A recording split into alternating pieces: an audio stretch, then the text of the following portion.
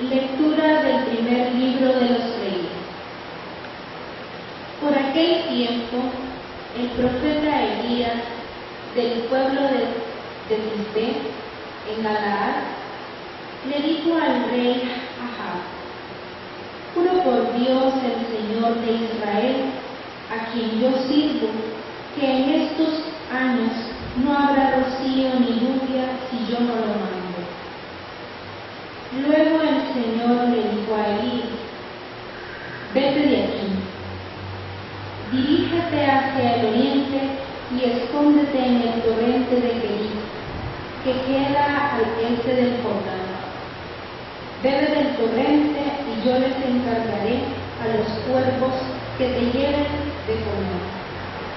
Elías hizo lo que le mandó el Señor y se fue a vivir en el torrente de Kerit, que queda al este del Jordán. Los cuervos le llevaban pan y carne por la mañana, y por la tarde y bebía del torrente. Palabra de Dios.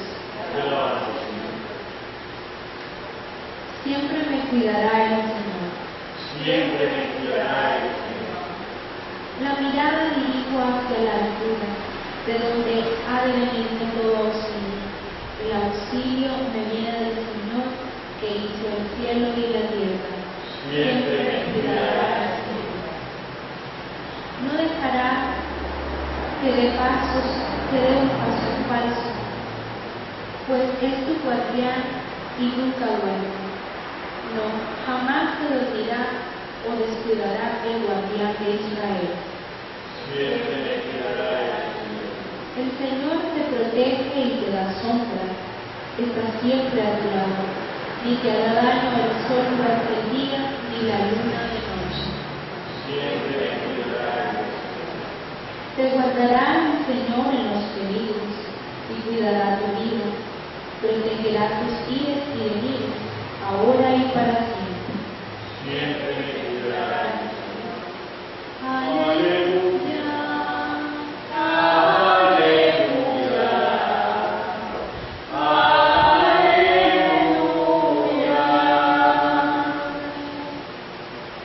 Alégrense y salten de contento, porque su premio será grande en los cielos.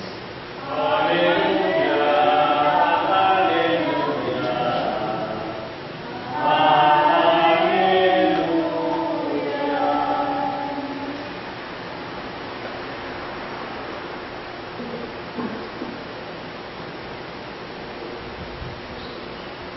Que el Señor esté con todos ustedes.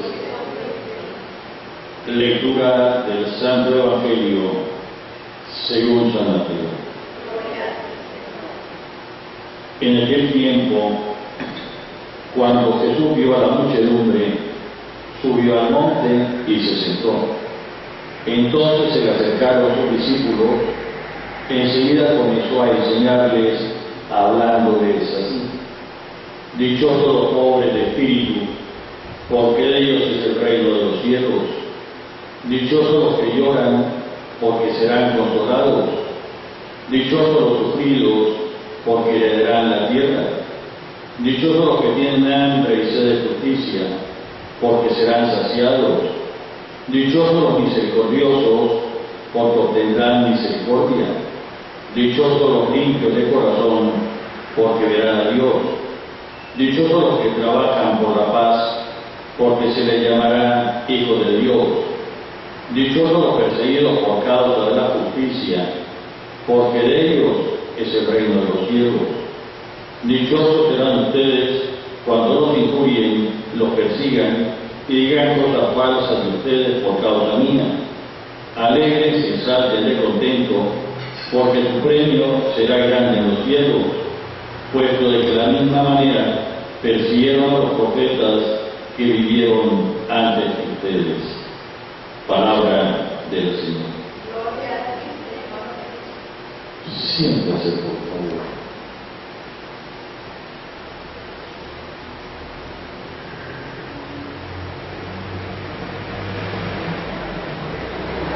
Muy queridos hijos, la primera lectura que hemos escuchado está tomada del primer libro de los Reyes, el capítulo 17 del verso del 1 al 6 y aparece como figura principal el profeta Elías.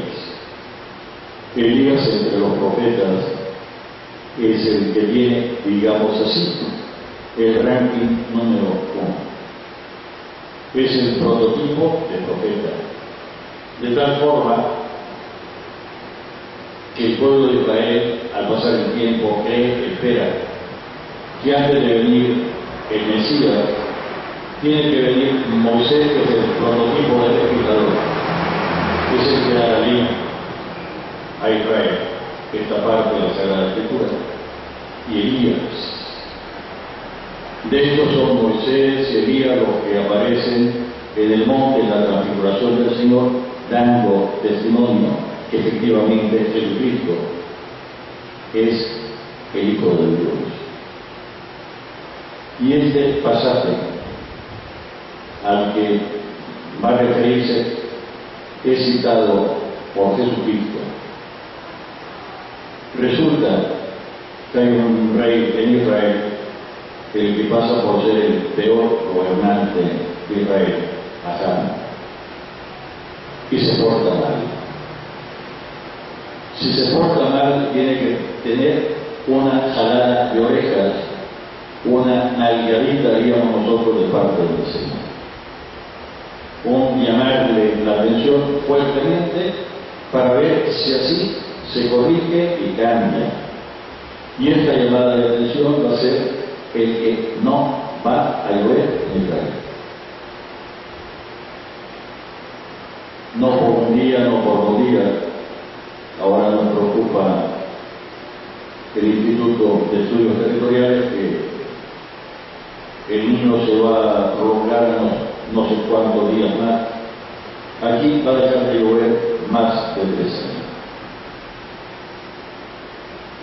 Y tiene que llamar la atención sobre los ideólogos de la Sagrada Escritura y el mensaje de Jesucristo.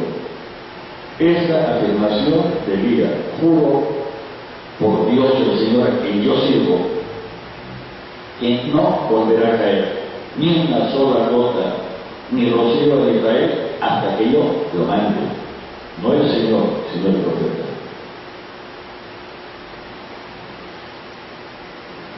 Y lo primero que uno tendría que pensar: ¿qué Dios es este que le da tal poder a personas concretas?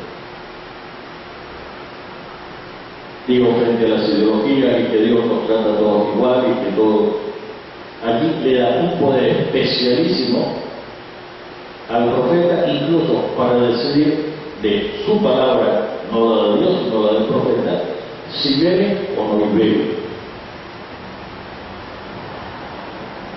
Padre, pero aquí van a pagar juntos por pecadores, y algunos se porta mal el rey, y resulta que el que va a sufrir de hambre es el pueblo. Eso, a pesar de todos los pesares, no solo porque brota la solidaridad real en el bien o en el mal de Israel, sino la responsabilidad del pueblo de tener a un mal rey. Padre, ¿qué dice? De tener a un mal gobernante. Gobernante siempre es la cabeza. En todos los momentos de la historia, independientemente de la formación política de la nación. Pero el cuerpo hace sintonía con la cabeza. Digo, incluso pensando en reyes que son tipo absoluto como Acab, el pueblo tiene la responsabilidad de mantenerlo en el poder,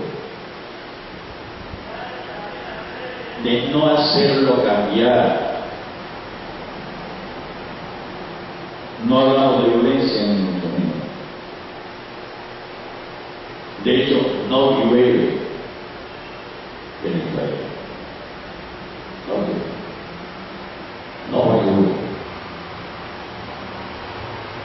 E incluso para evitar estas cosas que uno diría que estén molestando, el Señor le pide a Elías que se vaya a otro lugar y que no se preocupe por el alimento, porque Él le va a mandar a las aves, a los cuervos, que le den pan por la mañana, carne por la tarde, y lo pone al lugar donde hay un manantial, un río, para que pueda satisfacer su necesidad de agua, mientras Israel no va a caer ni siquiera posible. Padre, pero es que Dios no castiga.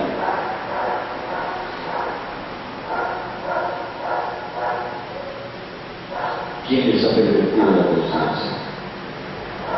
Nosotros creemos en un Dios que es infinitamente justo, que premia lo bueno y castiga a los malos. Padre, es que el castigo se opone a la misericordia del Señor. Algunas veces es un requisito de la misericordia del Señor, porque sin justicia no puede haber misericordia. Padre, es que hay que quitar de la mente los castigos. ¿Y quién les pervierte la mente? Uno tiene que enseñar a los demás. Estoy pensando ahorita en la nobilísima profesión de maestro, de educador. Uno tiene que potenciar, recompensar al que se porta bien, y tiene que castigar al que se porta mal, no para vengarse de él, sino para que se corrija. Todo castigo para el Señor y para la Iglesia es medicinal. A ver si se da cuenta y cambia. Hay unas repercusiones tremendas de esta lectura. Si lo pensamos, que nos amenazan con más sequía por algunos días más, que se cumple el mismo. Yo no tendría que decir entonces para nosotros de creyente, ¿no será que estamos haciendo algo mal? Y el Señor nos llama la atención. Para el niño es un fenómeno natural, sí, ¿y qué? Y nosotros creemos en un Dios que entró en la historia, que efectivamente ha impreso las leyes de la naturaleza, pero que actúa superando tantas veces las normas y las leyes de la naturaleza. El transformar el agua en vino, por ejemplo, o cualquier milagro propiamente tal en el sentido estricto de la palabra.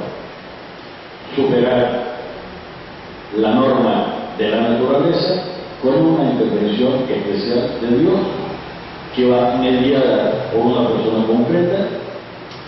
Estoy pensando ahorita en el proceso de beatificación que se va a comenzar para el padre María Hugo y para el padre Salazar, Benito Salazar.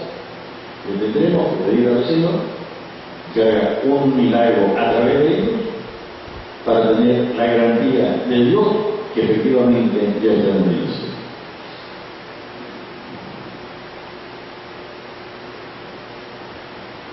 Padre, que a mí me dijeron, yo no tengo la culpa de las mentiras que te hayan dicho, o de las deformaciones de la conciencia que alguien, sin conocer toda la verdad, o peor aún, cayendo en corrientes ideológicas, y hay parte de la Iglesia que sufre la ideologización como acto de Satanás contra la Iglesia.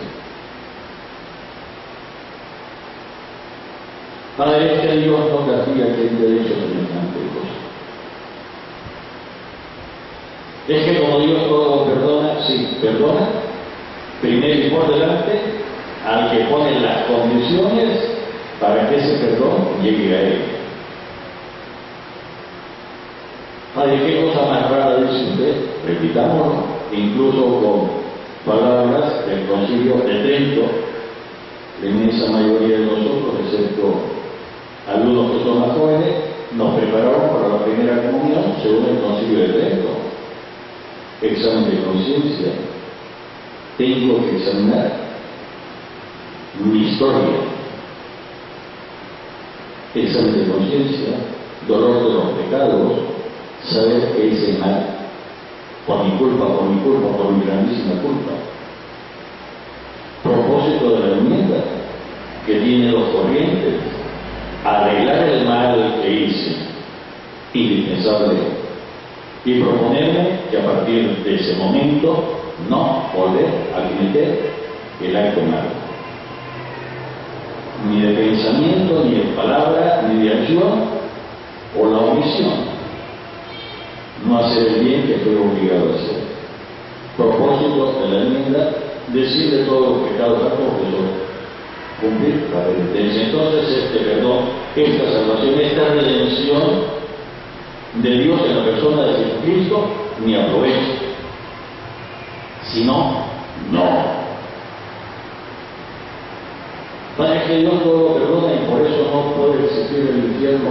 ¿Quién permitió tu mente? Digámoslo así. Así lo pensamos, así lo creemos. El cielo está preparado desde antes de la creación del mundo, es nuestro fin según el plan de Dios. El infierno tuvo que crearlo Dios ante la rebelión de los ángeles, el uso de su libertad, y de las personas que se obcecan en no convertirse, no hacer el bien. Padre, entonces el infierno existe, sí existe. ¿Cómo es el infierno? Esa es otra cosa. Pero que hay pena de alma y hay pena de sentido, sí, en la fe de la Iglesia. Incluso en algunas parábolas, Jesucristo mismo habla de ese infierno.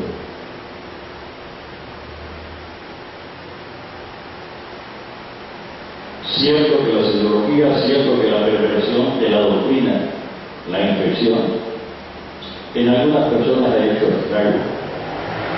Pero nosotros tenemos la obligación no solo de presentar, sino de transmitir toda la verdad, no para asustar a nadie, pero la verdad tiene que ser conocida. Y el Espíritu Santo precisamente nos va a llevar a la plenitud de la verdad. ¿Para qué hago yo? Asegurarme que lo que he leído, que donde me estoy nutriendo, sea una fuente pura de doctrina. Y como no, el año pasado nos lo han pedido dos papas, primero Benedicto, después Francisco, el estudio del catecismo. El catecismo es doctrina de fuente pura. El estudio del catecismo. Y los que vivimos en León, nos va a pedir insistentemente nuestro señor obispo, tenemos que estudiar y poner en práctica los mandatos del segundo sínodo diocesano, que ha comenzado el proceso de una evaluación profunda. Tenemos que conocerlo. Si no, sería ignorancia pensiblemente errónea y por lo tanto culpable. De aquella persona que dice, Padre, ni me lo diga, porque me voy a complicar, prefiero no saber que lo tengo que hacer, y así me quedo en la ignorancia, pero sería culpable, porque sería pensiblemente erróneo. Y hay que cambiar. Primera lectura bíblica. En el Salmo responsorial, en el orden de lecturas, me transmite una verdad: Dios siempre me cuida. Siempre me cuida, siempre está conmigo. Y podríamos pensar a lo largo de este bellísimo, precioso Salmo 120, podríamos pensar el Salmo 20. El Señor es mi pastor, nada me falta. Pero en ese Salmo 123 hay una partecita que algunas veces la queremos ignorar. Porque tú vas conmigo, tu vara y tu callado me hacen sosegar. Cuando comienzo a encabritarme, como cabrita loca, la vara y el callado del pastor me regresan. Y tantas veces en la relación directa al castigo, no para hacerme daño, sino para mantenerme en la paz y en el camino recto que me lleva al Padre.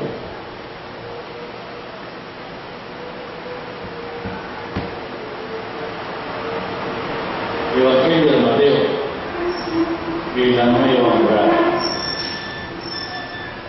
es lo que se espera del cristiano que le ha dicho sí al Señor, que recibió el bautismo como uno, pero que recibió el Espíritu Santo como uno de los efectos del bautismo, y en su vida concreta tendría que ir repitiendo espontáneamente esto que nos dice el Evangelio de Dios. Pobres de espíritu, pobres de espíritu. El llorar por las injusticias que vemos, el esforzarnos, el ser sentido, el tener hambre y sed de justicia, el ser misericordioso, el ser de corazón limpio, el trabajar por la paz, incluso el ser perseguido a causa de la justicia, no andar como camaleón para no tener problemas. El Espíritu Santo me tiene que llegar incluso a arriesgarme.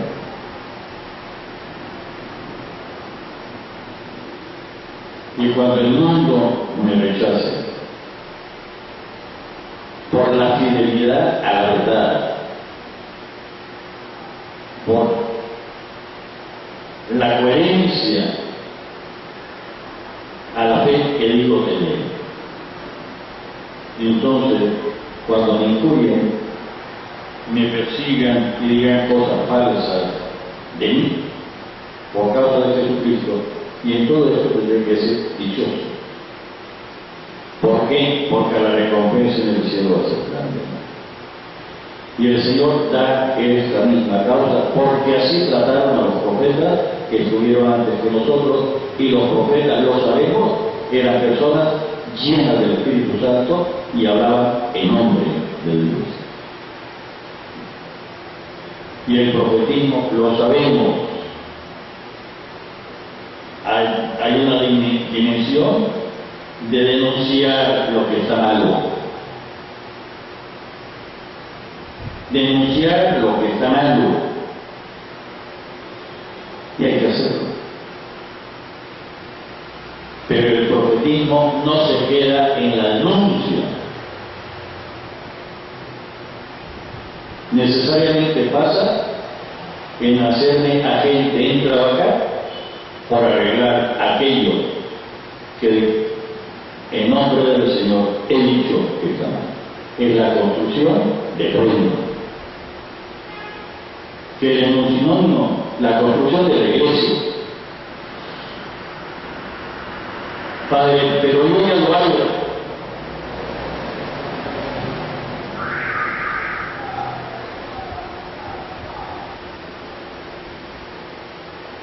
Y uno tendría que preguntarle con todo el amor, pero con toda la verdad. ¿Ciertamente lo estás haciendo? ¿O estás construyendo exclusivamente tu proyecto? ¿O el proyecto del grupo al que perteneces? Algunas veces, como que si fuera un gueto cerrado, una argollita, despreciando a los demás. O algunas veces solo estás construyendo la parroquia a la que perteneces sin olvidarte que la parroquia solo es un elemento que me une con una colectividad que es la iglesia local. No solo está construyendo y mal construyendo la familia religiosa a la que pertenece, olvidando de son los olvidos, que la vida evangélica, la vida religiosa está al servicio de la iglesia y tiene que encarnarse en la iglesia local donde se vive, sin perder la identidad propia. No puedo pretender, errores que a veces se cometen, de conseguir vocaciones para mi instituto, congregación, orden religiosa a la que pertenezco, sin trabajar para las vocaciones de la iglesia local. A lo mejor el chaval o la chavala que me llega con inquietud vocacional no es para mi familia religiosa, tengo que orientarlo para otra familia religiosa. Si es varón, a lo mejor para el clero diocesano. Y no puedo excusarme de ayudar al fortalecimiento de la célula básica, incluso de la iglesia, que es esta iglesia doméstica, que es la familia.